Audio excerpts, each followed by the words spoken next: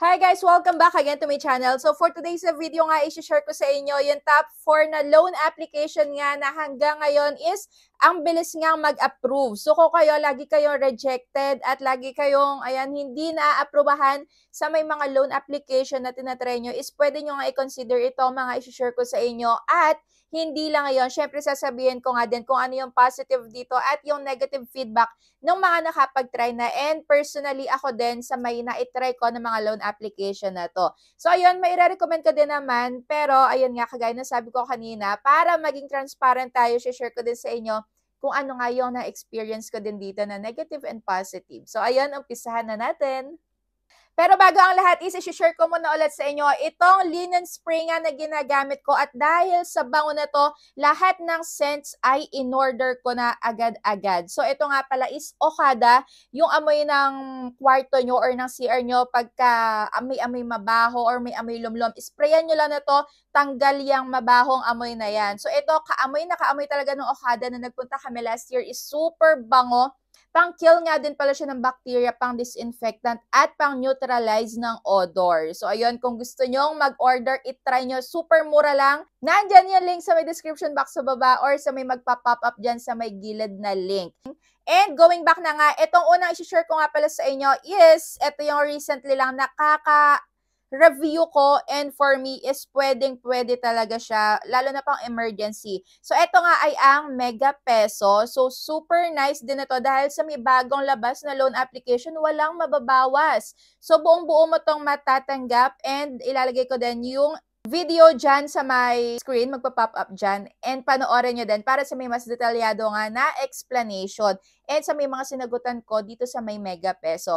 Dito nga pala sa Mega Peso is 91 to 180 days. Pwede kang pautangin ng 1,000 up to 50,000 pesos at may 0.20% per day. So ito, mabilis mag-approve, and hindi lang siya isang bayaran agad-agad. So dito, tatlong terms nga pala ako. So tatlong bayaran. Sa may 1,000 pesos, dahil 1,000 pesos pa lang, bago pa lang naman ako nag-apply. So yun yung na-approbahan sa akin.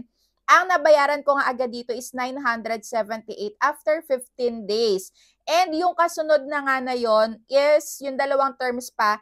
Ito ay interest na nahati sa dalawa at babayaran ko to after 30 days pa.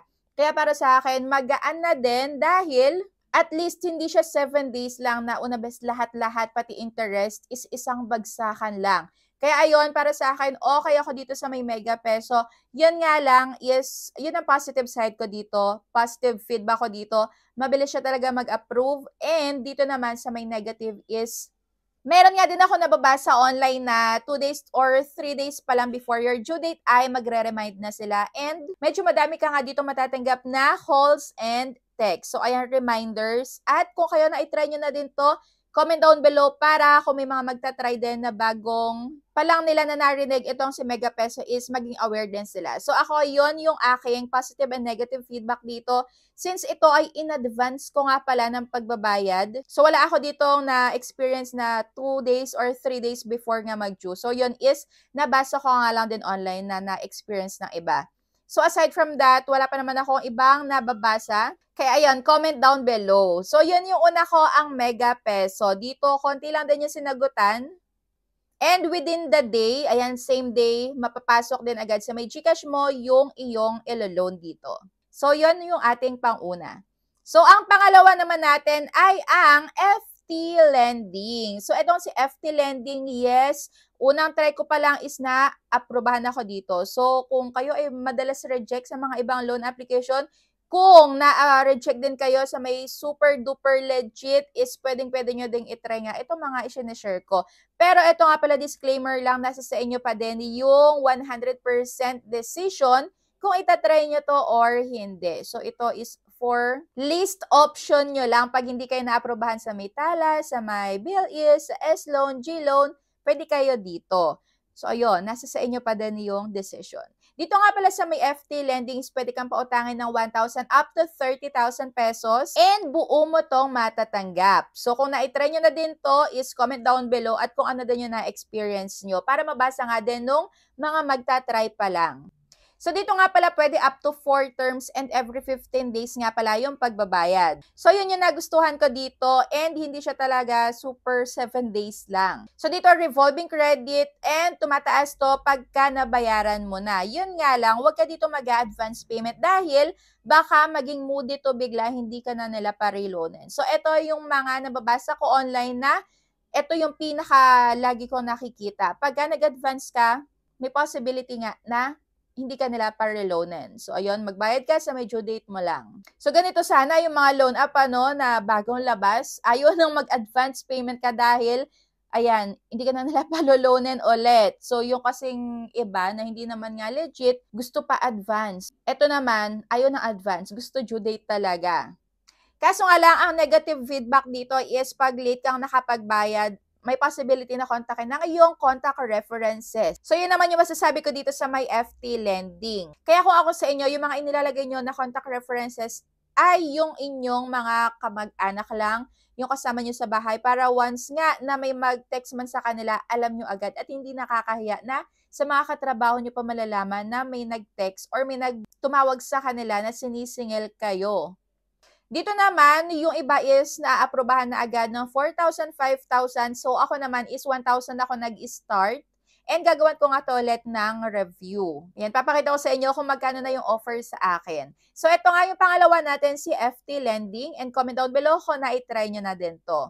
Pero ayun, be aware lang sa mga ina-applyan yung loan application. Make sure na bago kayo mag-confirm, bago kayo mag-accept is basahin yung mabuti yung loan terms and agreements or kung ano man yung mga mahalagang details na dapat alam mo. Kagaya ng due date, yung interest, buo mo ba siyang matatanggap or hindi. At yung pinaka-due date mo nga talaga. Kung kaya mong bayaran, is i-go mo. Pero kung hindi naman, para walang sakit ng ulo, for your peace of mind, no na lang, wag nyo na lang din tanggapin. So, ayun. At ang next na nga natin ay ang Mr. Cash. So, ito is, sabi ko sa inyo kanina, for list option lang. Dahil dito, kinagandahan naman sa may Mr. Cash is tumataas talaga, mabilis tumaas yung credit limit. Dahil ako ngayon is, pwede na nga akong pag-loanin ng up to 28,000 pesos. So, yun yung offer nila sa akin and naging multiple loans na siya.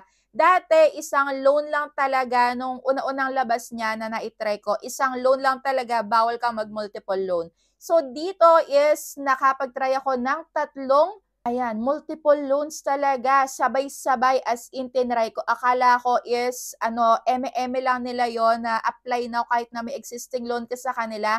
Hindi pala. So, dito naman, be aware dahil meron dito 9% service fee and pagka mas mataas nga ang iyong ilo-loan, syempre mas malaki ang mababawas or makakaltas.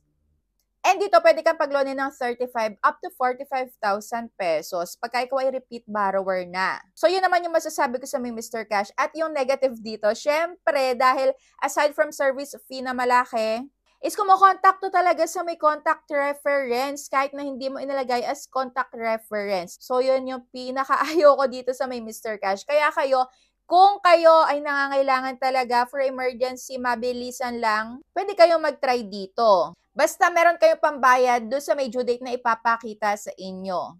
And dito ay 3 terms, 4 terms, pwede kayo ditong magbayad ng ganon and hindi siya 7 days lang. So, yun yung isa pang kinagandahan dito. And, syempre, hindi mawawala ang multiple calls and texts dito pagka ikaw ay malapit ng mag-due date. Take note, pagka malapit. So, dito gusto naman nila na nag-a-advance ka ng pagbabayad. Hindi kagaya nun sa may FT Lending, ayaw nila ng advance. Dito sa Mr. Cash, gusto nila na mag-advance ka para ma-qualify ka nga for next higher credit limit na gusto nilang, sabihin sa'yo lagi, para ma-push ka nila na magbayad. Tataasan daw nila credit limit mo once na ikaw ay magbayad na agad-agad. O, diba? Pero ako naman, since alam ko na si Mr. Cash na yon at hindi ko pa naman due date, ay hindi ko talaga sinasagot yung tawag. So, bakit ko alam na si Mr. Cash yung tumatawag na yon? Meron din kasi akong dinownload na app, which is yung Who's Call. Sa Who's Call na yon, yung color green, nag-upload din ako ng video about dun sa may Who's Call sa paggamit ko. Dahil dyan, nakikita mo yung mga, yung pangalan or kung sino man yung number na yan kahit hindi mo sinave. So, minsan may nakalagay dyan, scammer, Ola, kung anong Ola yan. Minsan may lumalabas pa dyan na buong pangalan. O, diba? So, yan yung pangatlo natin. At ang pang-last ay ang Happy Cash. So, last year is na itry ko to, ako ay rejected. Pero, isinama ko nga din dahil ngayon, ang bilis daw mag-approve. Kaya gagawan ko to ulit ng review. So, dito naman sa may Happy Cash, no payslip required na din. Hindi mo kailangan maglagay dyan. And up to 180 days or 6 months mo siyang babayaran. So, dito sa may Happy Cash, marami din ako ditong positive review nga na nababasa, which is yung ngayon nga, mabilis siyang mag-approve. Pero, ang pinaka-negative feedback din na nababasa ko, lalo na doon sa may kanilang application and online is, ayan, meron nga din ditong pananakot. And makakatanggap ka din talaga dito ng multiple calls and texts pagka malapit na ang iyong due date. So, yun yung mga nababasa ko and in short, meron ka nga talaga matatanggap. So, yun naman talaga yung mga katangian ng mga bagong loan app. Ito, hindi naman na to bago. So, in general, pagka malapit na yung due date, asahan mo talaga na 2 or 3 days before your due date is meron na talagang tatawag at magte-text sa inyo na reminder. Kaya ayun, maging aware na lang din yung mga baguhan pa lang sa may mga OLA. Pero hanggat kaya nyong iwasan itong OLA is iwasan nyo. Kung meron kayong mauutangan na matalik nyo kaibigan na kamag-anak, doon na lang kayo mangutang para hindi na kayo mag-alala na meron tatawag sa inyo at manghaharas. So, ayun, kung kayang wag mangutang online, wag na. Pero kung wala naman talaga magpapautang sa inyo na kamag-anak, matalik na kaibigan, pwede kayong mag-try dun sa mga pinaka-legit muna. Kagaya ng Tala, ayan, G-Loan, S-Loan, Laz-Loan, yung Lazada Fast Cash, ayan, yung Bilis, yung Maya, sobrang dami din. Revi Credit, Revi Personal Loan, Maya Personal Loan, Maya Easy Credit, o diba ang dami. Doon muna kayo mag-try bago dito sa may mga list option na to. So, ito is, pwede din siya for mga baguhan pa lang talaga na na-reject doon sa may mga super legit. So, kung meron pa ako dito hindi na isama, is comment down below at gagawa ko to ng part 2. So, ayan lang. Thank you for watching and see you on my next vlog. Bye!